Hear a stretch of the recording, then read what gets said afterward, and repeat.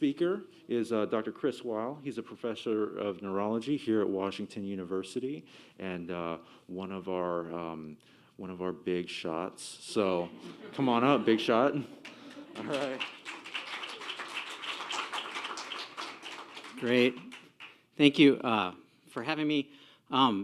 So I'm going to tell my story about how I met Nathan and kind of I'm going to take more credit than I probably should for the organization, but it really is Nathan. But he had emailed me, contacted me, and said very clearly, you know, what can I do? What should I do? And you know, can I support your research? Can I do this? I was like, no, I don't want you to support my research. I want you to do something I can't do. I want you to get patients together. I want you to find patients. I want you to bring them together so that we can start really understanding the disease better. And so, you know, as a physician, I can only see what comes into my office. I can't go out and solicit people and try to. And I'm like, that's what I need. I'm like, if anything, if you make a Facebook page, that would be awesome. Like, and so he's clearly done more than create a Facebook page. And so I clearly want to thank Nathan for really creating this. And as I said, it's something that I can't do. And so I think it's really filled a void. And I hope that Nathan sees that we're helping fill the other void, which is to create a research environment and things like that.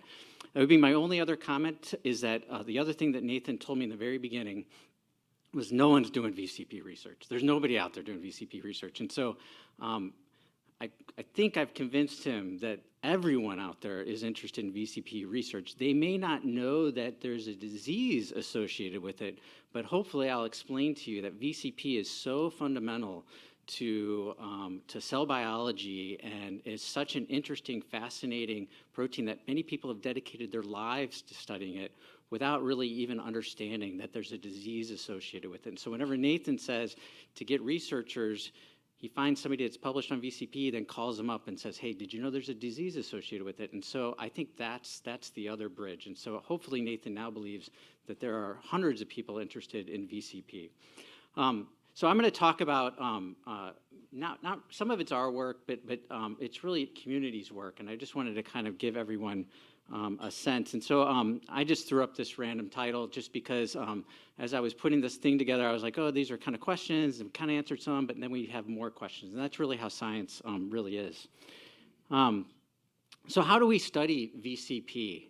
And so we study VCP, and I'm gonna take a lesson from Dr. Pfeffer, and I'm gonna grab this and walk up here. So we study VCP, you know, we can study it what we call in silico, so we can make theoretical models for it, and that helps us understand VCP. We can study in a test tube in vitro. We can study it in a dish or in cellulo, which means in a cell. We can study in animal models, which are in vivo, and then we can study it in patients. And of course, that's ultimately the most important way to be studying this disease. But I wanted to kind of give examples of all of these and how these are helping us understand what VCP does. And so if you don't understand what VCP does, by the time I'm done, grab me. Or interrupt me in the talk, because that's my biggest goal, is that you guys will understand what VCP does, what our current thoughts are. So although I put it, I put it kind of hierarchical this way, we're actually going to start this way. And the first thing we're going to do is we're going to look at, sorry, I had little pictures for each one. So sorry. So in silico, meaning that we can kind of make the model of what the protein looks like. In vitro, meaning that we can purify the protein and we can do assays and kind of understand how the protein behaves. In cells, meaning that we can actually take cells and understand how VCP is behaving in a cell. And then in animal models, how we can kind of start to understand in different types of animal models. And then ultimately, we always try to go back to human patient tissue or to the human patient as well. And so I'm going to start with what I think is probably, as I said, the most important and how I frame everything and move forward from patient and then think about other aspects. This is a muscle biopsy. So Dr. Pfeffer explained that patients, 90% of patients with a VCP mutation develop a muscle disease. And often we do a muscle biopsy in the diagnostic journey. And so this is a patient with VCP that has a muscle biopsy. This is a muscle fiber here. These are the nuclei around it. And one thing that I can tell from looking at this is that this patient has a myopathy. So they have a muscle disease. And the way I can tell that is because they have really small fibers and really big fibers. And some of these fibers are degenerating and regenerating, and some of them are there and are healthy.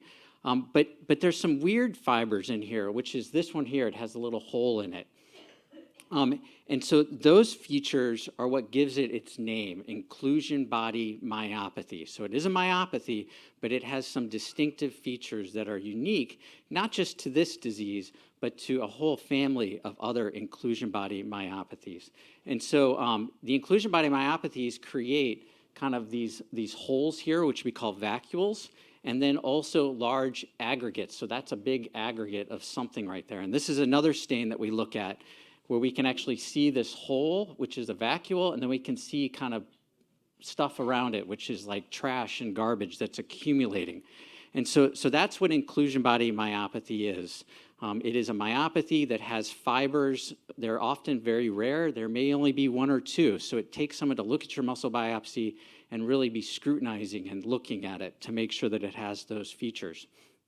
If you have a muscle biopsy and it doesn't show inclusion body myositis or inclusion body myopathy, doesn't mean you don't have a VCP mutation, but this is just something that helps us understand the pathogenesis of the disease.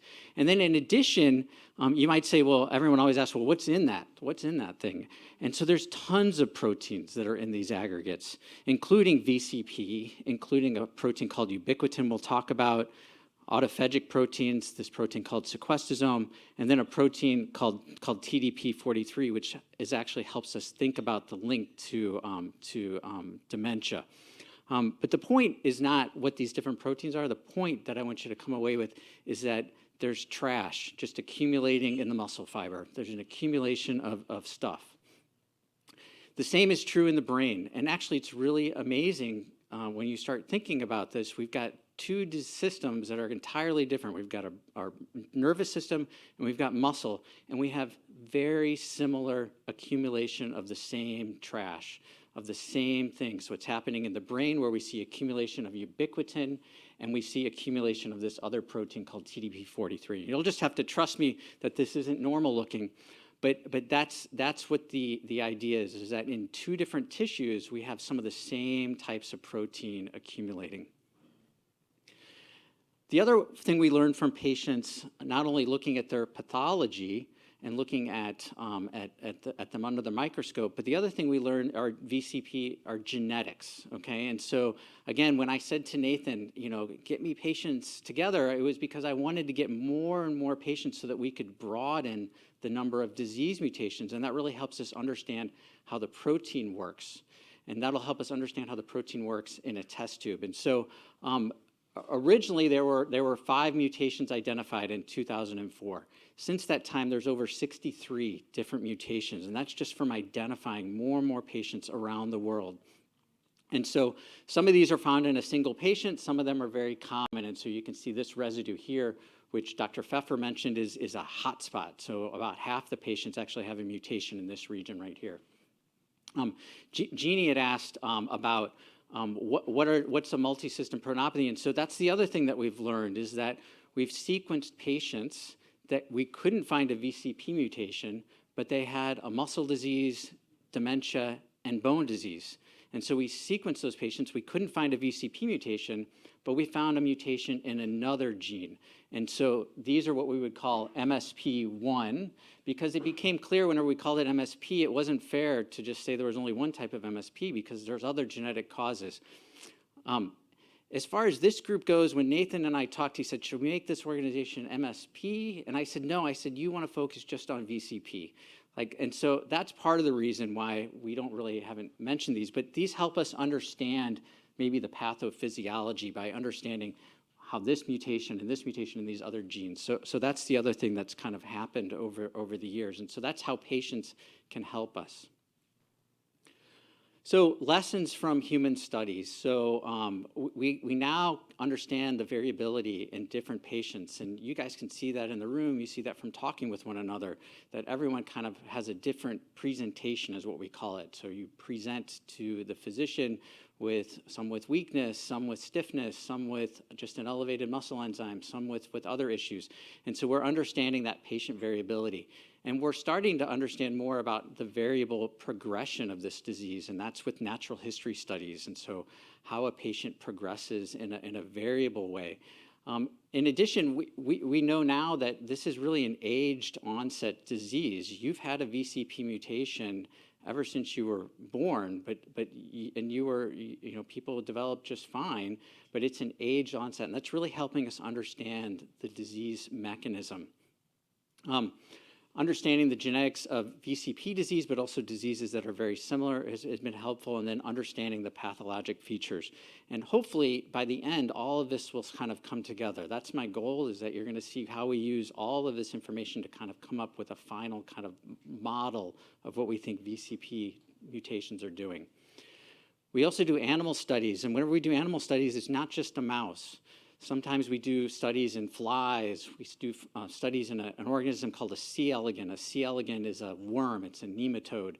And we use these systems because they're easy to understand, and we understand the genetics of them. We also do stuff with zebrafish. So zebrafish are little small fish that are translucent, and you can actually see a lot that's going on inside of their muscles and their bodies. And they're another model that we use. You might say, well, whenever you think about this is an invertebrate and invertebrate. So the zebrafish actually is a vertebrate model, and so that's why we use it. So it's closer to a human than a fly is. And then ultimately, we try to do mouse models. And so, our work has been principally focused on creating mouse models and trying to understand mouse models of disease. And so you can actually take a mouse and you can actually do genetic manipulation in that mouse, and you can actually insert the disease mutation.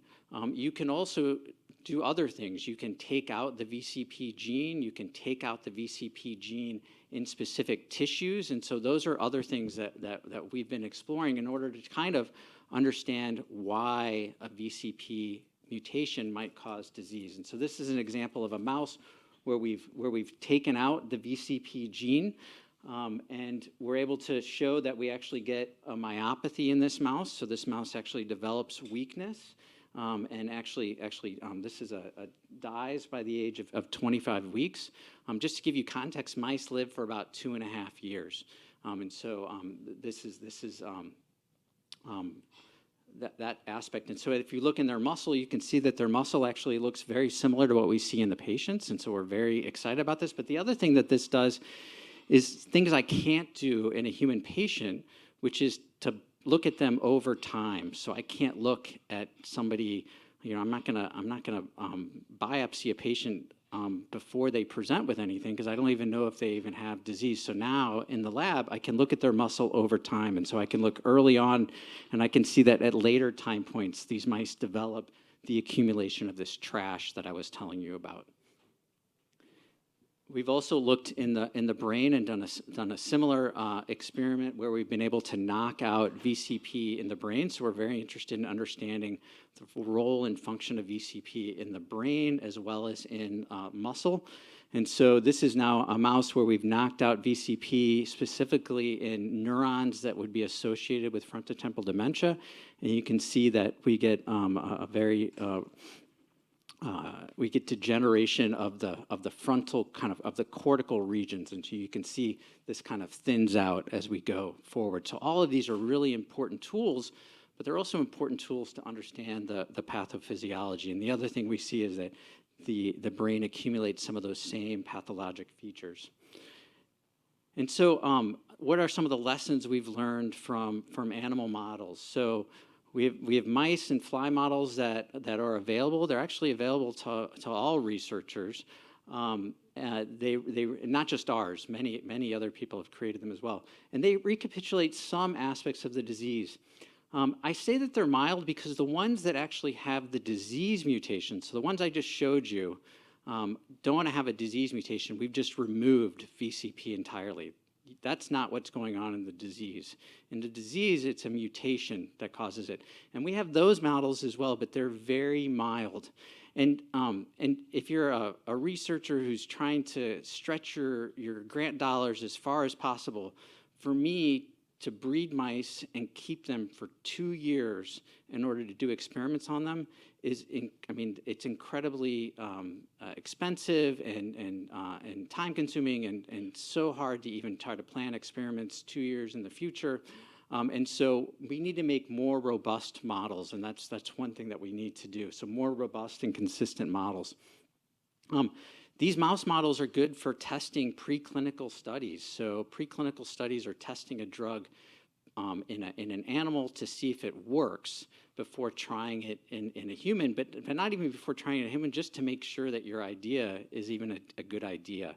And that's been done using many of these mouse models. People have tried different drugs, and I would say that is one path forward. They haven't led to anything yet, but I think that's still a valuable way. We use flies. I don't use flies, but others use flies to understand the genetics, and we've learned a lot about how these mutations actually have variations even within fly models.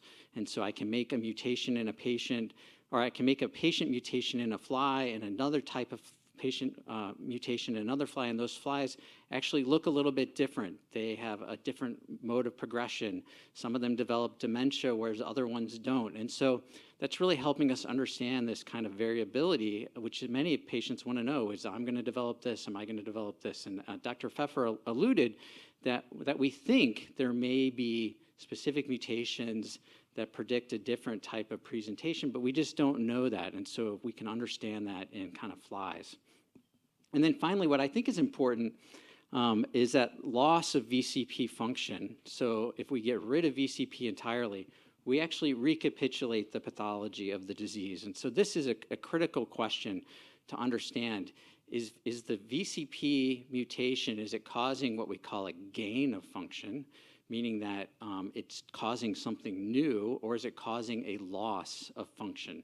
And so we think that a VCP is caused by a loss of function. Now, there are many ways to discuss that, and so I don't want to imply that the therapies that might focus on its gain of function abilities, but in the end, it's not allowing VCP to work perfectly. And so because of that, it can be recapitulated with the loss of function. So those are the other things. And so this is now where most VCP research has been done, is in cell biology. And VCP is so critical in cell biology. It's been studied for years. And so this is where now I think we can start to really put all of that background together to really start to understand what VCP is doing. And so cell biology studies this is actually a patient derived cell line. So this is actually a fibroblast from a patient that we turned into a stem cell. This isn't a therapeutic stem cell. This is a stem cell that we can now use in the lab. And so we can create muscle from it. And this is actually creating nerves in it, and we can study them in the lab. And so that's really powerful. So now we can actually do personalized approaches. And so I can really start to understand what's unique about different individuals. This is actually neuronal cultures from a mouse, and we can grow those, or we can do kind of bread and butter kind of cell culture experiments using things like HeLa cells. So people always ask, my mom even asked, do you really use HeLa cells? We absolutely use HeLa cells. HeLa cells are an immortalized cell line that are easy to use, and so we use them all the time. And so what we've learned from cell culture studies, not just from me, but from multitudes of labs, is that VCP is involved in almost every cellular process you can think of. It is 1% of total protein. So if I were to quantify how much protein, of all the proteins, 1% of it is actually VCP. It's a critically important protein that's involved in everything from cell division to cell repair, to viral infection, to malignancy, to clearing out of cellular trash and cellular renewal. And so all of that is affected by, VCP is involved in. And so it makes it somewhat hard to understand how mutations in a gene that's so critical could lead to a late onset disease that's kind of slowly progressive. And so the way that this happens is, I want to point out this is the common denominator. You see these 4 orange things. That's a protein called ubiquitin, and it's a tag that is placed onto proteins. And so VCP doesn't do all this alone. VCP is directed to things that have this ubiquitin tag on it. And so if we go back, I want to make sure I'm telling the story right. So if we go back and look, a ubiquitin tag is placed onto a protein so that it can be degraded, okay? So basically, the way you would think about it is, if I had a piece of paper and I knew someone was coming around and cleaning up, and I had some papers that I'm like, don't touch that stack of papers, and I had another stack of papers that I wanted them to throw away, I could mark with a big X and say, throw those away, don't touch the other stuff. And so that's what a ubiquitin tag is. A ubiquitin tag is a tag that the cell says this protein is beyond its time, it needs to just be thrown away. The other reason we might do that is, you might think you've got, a piece of paper here that, you don't want someone to see, and so you mark it so that someone can throw it away really, really quickly.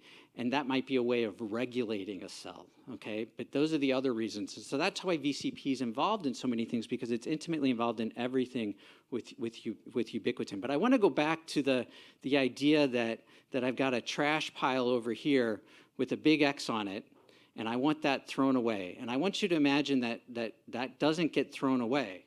And now I want you to start to think about, well, what did I show you in the patient muscle? They accumulate garbage, they accumulate trash. And VCP is important in saying, hey, let's get rid of some of this trash. And I want to start thinking about VCP from the concept of trash removal, but I'm going to refine that. It's not just the trash guy, okay? It's a little bit different than just the trash guy, all right? So you got to think about this, and you got to think about this, and now I want you to think about this.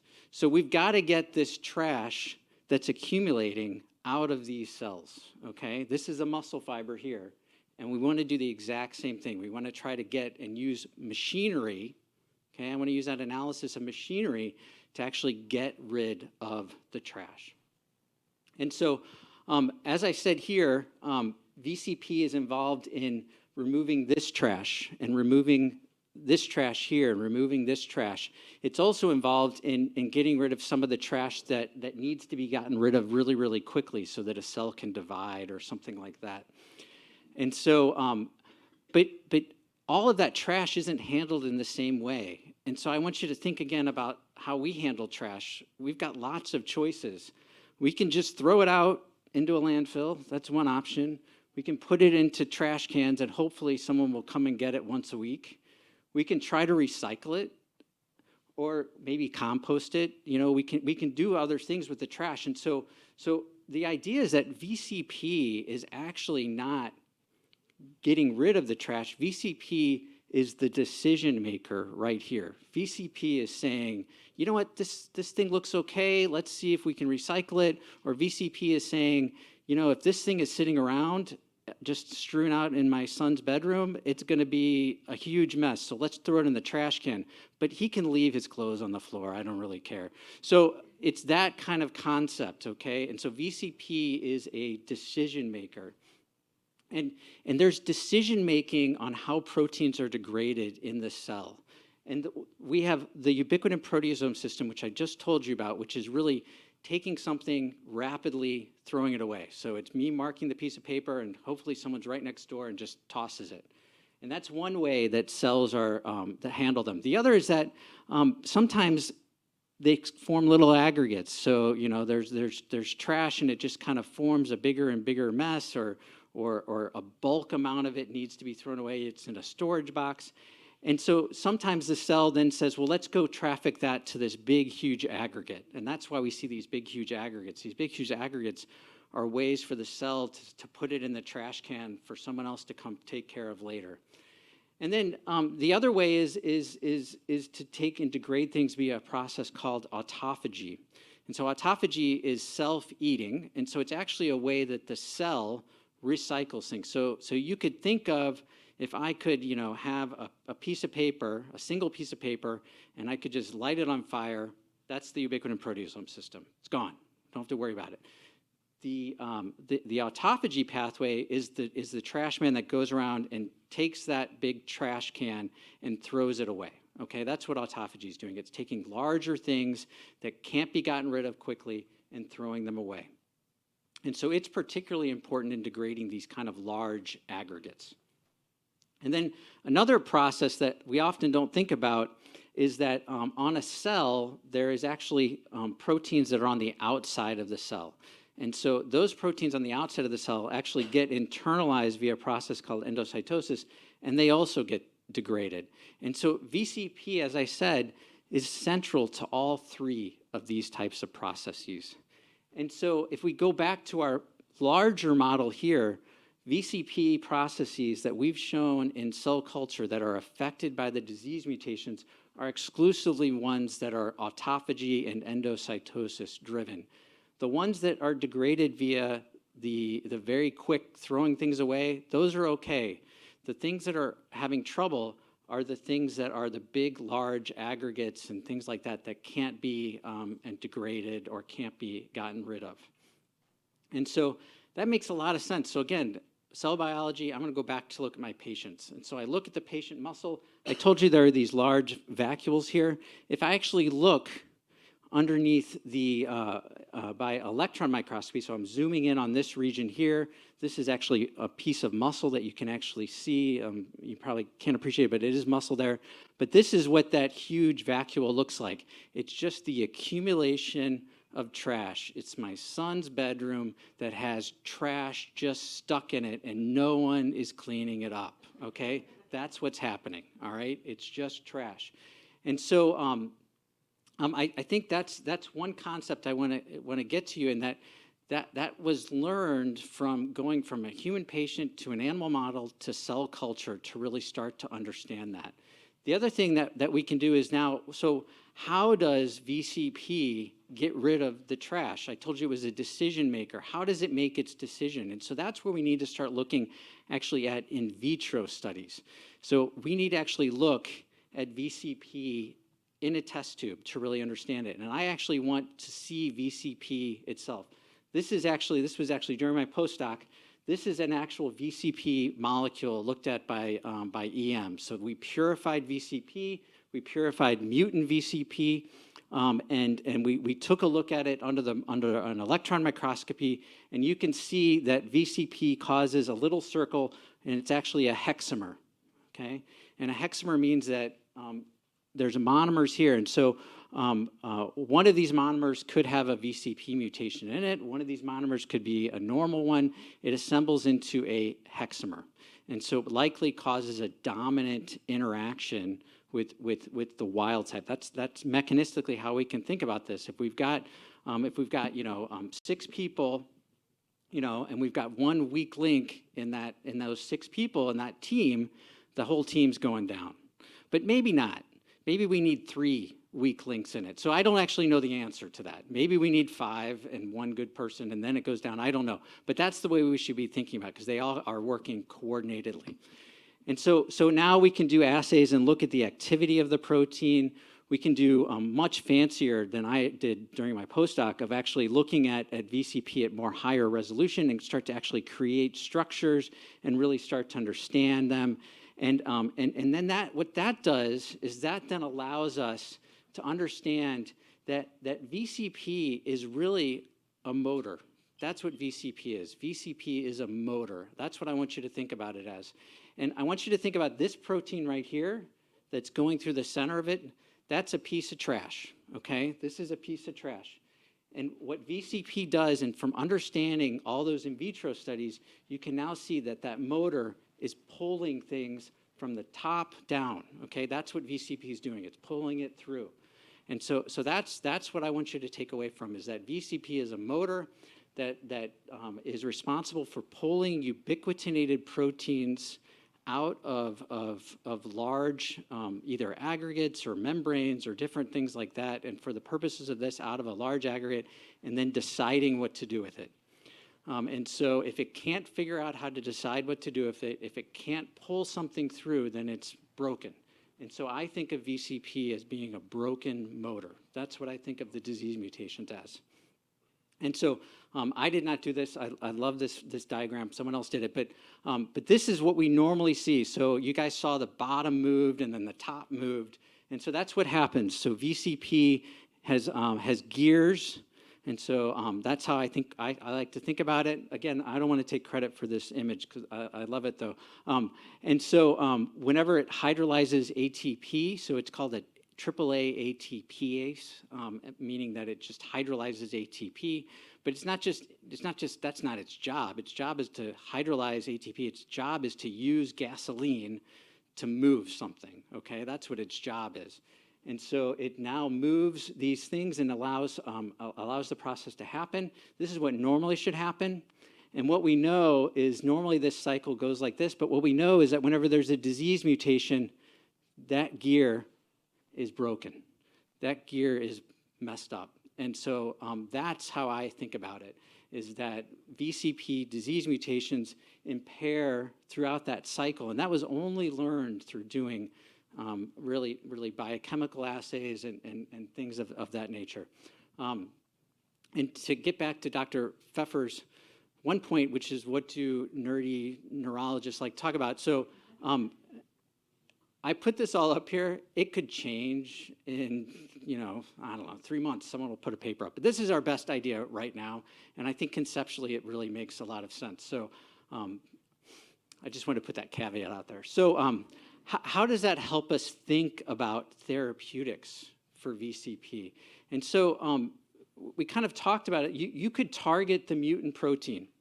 So you could do that, and you could use really clever genetic therapies to do it. And I think that's really an important way of thinking about it, is using things that we call, allele-specific targeting that I think Dr. Pinden's going to talk about antisense knockdown, about gene therapy approaches. And those are really, those are things that we can do, but they're targeting, again, getting rid of that mutant VCP protein.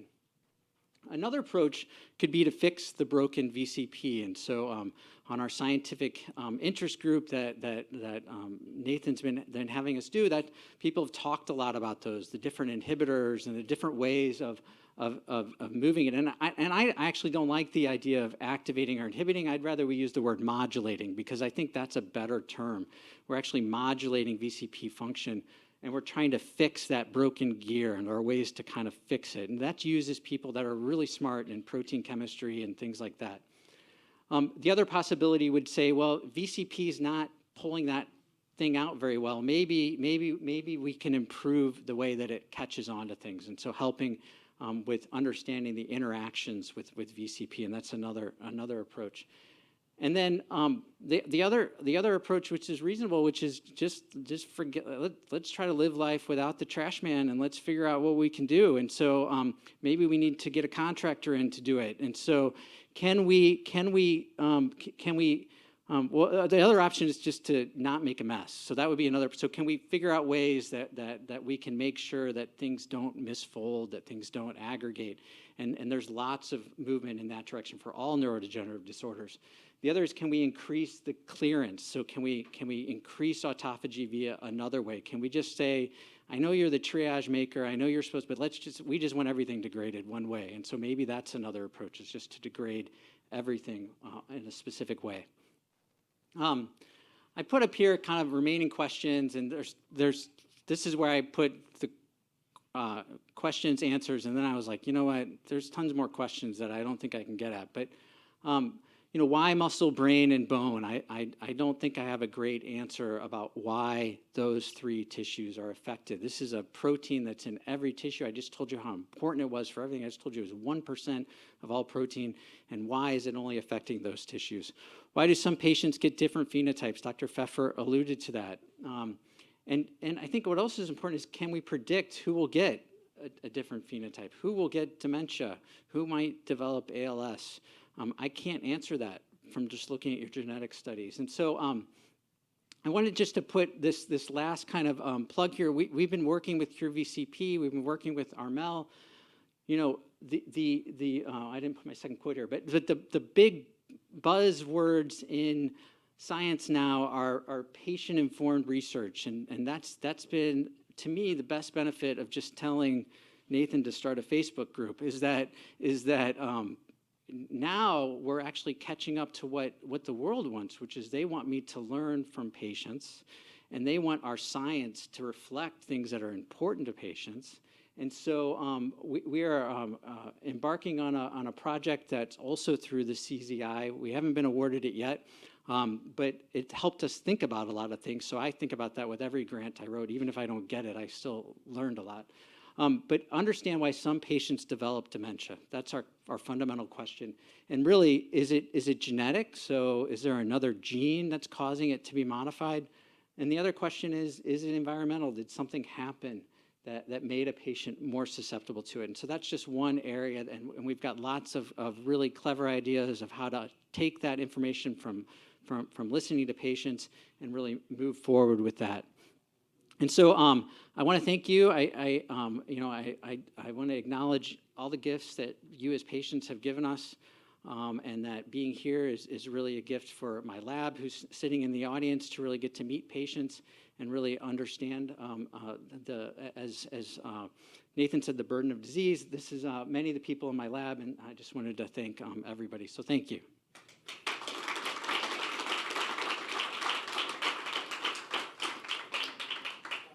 All right, thank you, Doctor. We have a quick Q&A time. All right, we'll start with Cami. When you were talking about possible therapeutics, would an option be to somehow silence the dominant piece and let that recessive show through? Yeah, so that's the approach of what we call allele-specific silencing. So each gene, you get one from mom, one from dad. We actually call those alleles. So everyone has two alleles. We just name them that. And so that's, you're right. Can we just turn off the bad allele? And that's an absolute approach. It's being done for other diseases. There's challenges to it. There's only one difference.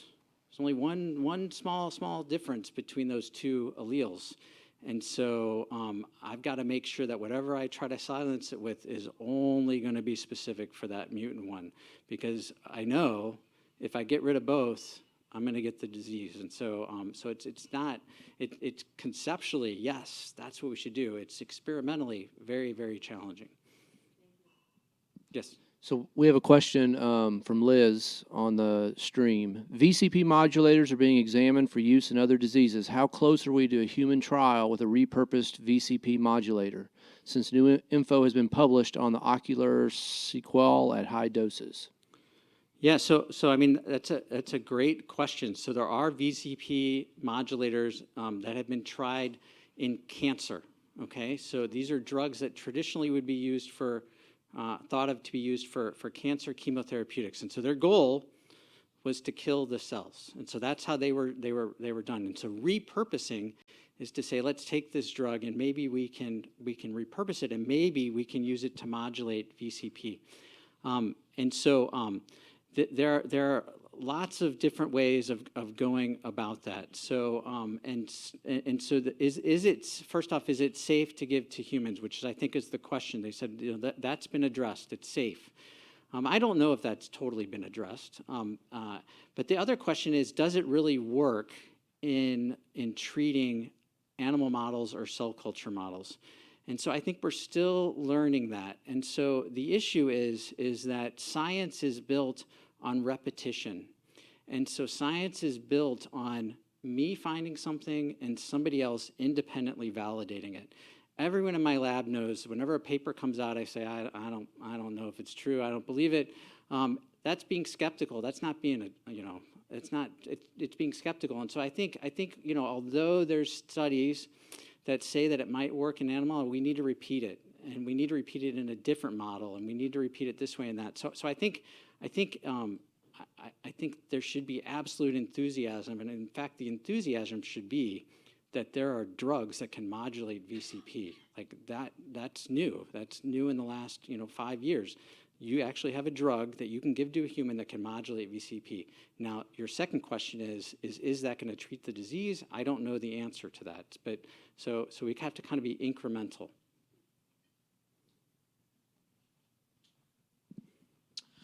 My question is any approach being researched about enzymatic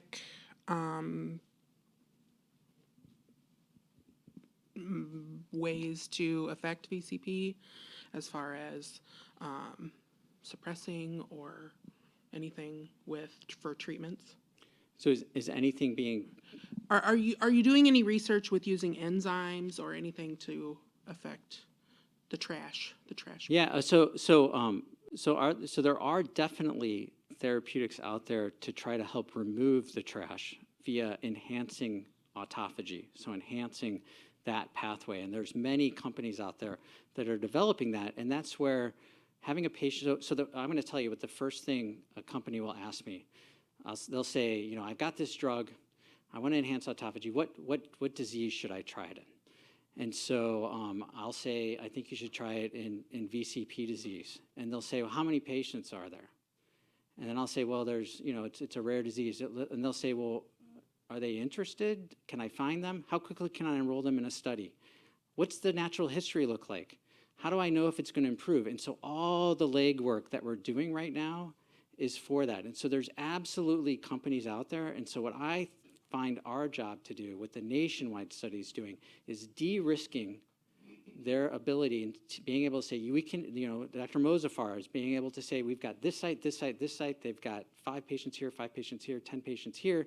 And those patients have been looked at, and we can use it. So it's not as simple. So there are tons, and I think maybe that's the frustration I hear from Nathan sometimes, is there are drugs out there that could be used, but we've got to make it look attractive. And I can tell you, they love hearing that there was a patient conference. They love to hear that, because now they know where the patients are. And so that was the other point. I wasn't just saying identifying patients just for me. I was saying identifying patients so that we have a nidus to kind of move forward with those types of studies. Dr. Chris, I have a question that's actually not my question. It's a question that I received from my kids when we had a conversation. My son was just asking for an opinion. I know this is not a valid answer because we don't have the research on it enough, but it's just an opinion and your thought on this. Does it make sense for our kids when they're young enough to grow more muscles, to work out, make bigger muscles, and God forbid they have the disease as they get older? Would it slow down the progress of it because you have more muscles? Yeah, so you're asking, a completely intuitive question, which is, if I exercised more as a young person, would I stave off the disease? And I don't know the answer to that. I like the way Dr. Pfeffer described it, which is do what's right for your lifestyle. I see patients in clinic all the time. If I go tell them to exercise and work out and they're like, I hate exercising, I hate it, then I don't want you to do it. Don't do it, because I don't have any data to say that it's going to improve other than what you just said. It intuitively makes sense, but I don't know for sure. So I would suggest if your kids like working out and want to bulk up, do it. But if they don't, I don't want anyone to feel bad about it. I don't want anyone to feel like they're going to be worse off. I think that's the worst thing for you as patient organizations and patients, is to start judging each other for how you handle your lifestyle. Like that's not, I don't like it when patients tell me I'm better because I exercised more than my brother. Well, I don't know if that's true, and all that does is make them feel bad. Okay, thank you.